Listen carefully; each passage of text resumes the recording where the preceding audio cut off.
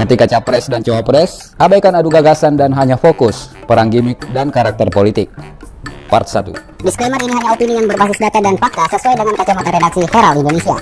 Nah, kita mulai dari yang paling viral, gimmick si paling gemoy.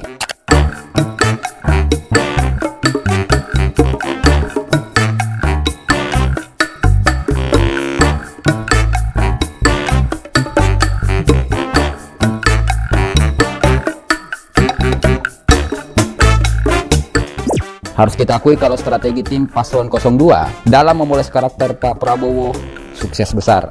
Bayangkan Prabowo di pilpres sebelumnya yang dikenal kuat, tangguh, dan tegas khas seorang militer, justru berubah total tahun ini.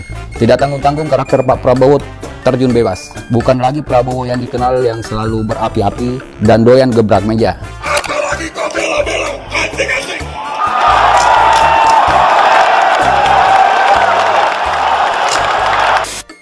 Tetapi Prabowo yang sekarang adalah Prabowo yang doyan joget.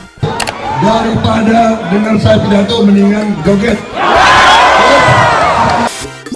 Dan gongnya ketika joget gemoy ala Prabowo viral di momen pengundian nomor urut. Dan untuk yang satu ini kami harus akui kalau tim kreatif mereka hebat dalam mencari momentum untuk memikat pengguna sosial media, khususnya generasi Z yang memang kebanyakan di antara mereka suka konten joget. Cuma yang jadi pertanyaan, kira-kira efeknya apa coba? Sementara Gibran yang notabene murni anak muda, justru dibuat ketua-tuaan. Kami punya alasan sendiri kenapa menyebut Gibran dibuat ketua-tuaan. Pertama, karena Gibran irit bicara dan lebih banyak diam, terutama ketika berhadapan dengan media. Ya logikanya, sebagai anak muda Gibran lah yang seharusnya lebih banyak show up, mewakili kalangan milenial dan generasi Z, bukan Pak Prabowo. Kedua, Gibran sangat jarang tampil di forum debat, terutama ketika itu berkaitan dengan adu gagasan. Memang Gibran bersama Prabowo sudah menyiapkan berbagai macam program, tapi kalau hanya dipaparkan atau dipresentasikan dengan gaya komunikasi satu arah, anak SMA pun bisa. Dan gaya ini yang mulai sering dilakukan Gibran sejak memasuki tahapan kampanye. Dan ujung-ujungnya apa? Gibran jadi blunder sendiri dengan asam sulfatnya.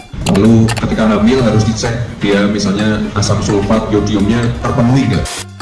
Ya, walaupun pada akhirnya Gibran mengaku keliru karena yang dimaksud adalah asam folat, bukan asam sulfat. Itu pun setelah asam sulfat Gibran viral di sosial media. Nah, gaya komunikasi seperti ini justru yang bisa membuat kalangan milenial dan generasi Z jadi ilfil ke pasangan calon nomor urut 2 atau Paslon 02. Maka dari itu inilah pentingnya capres dan cawapres harus lebih aktif terlibat dalam berbagai forum, khususnya yang bertemakan adu gagasan. Karena tentu saja program mereka masih harus diuji lagi. Jangan sampai ke depan asam sulfat lolos untuk dibagikan ke ibu-ibu hamil. Kan ini bahaya, betul tidak?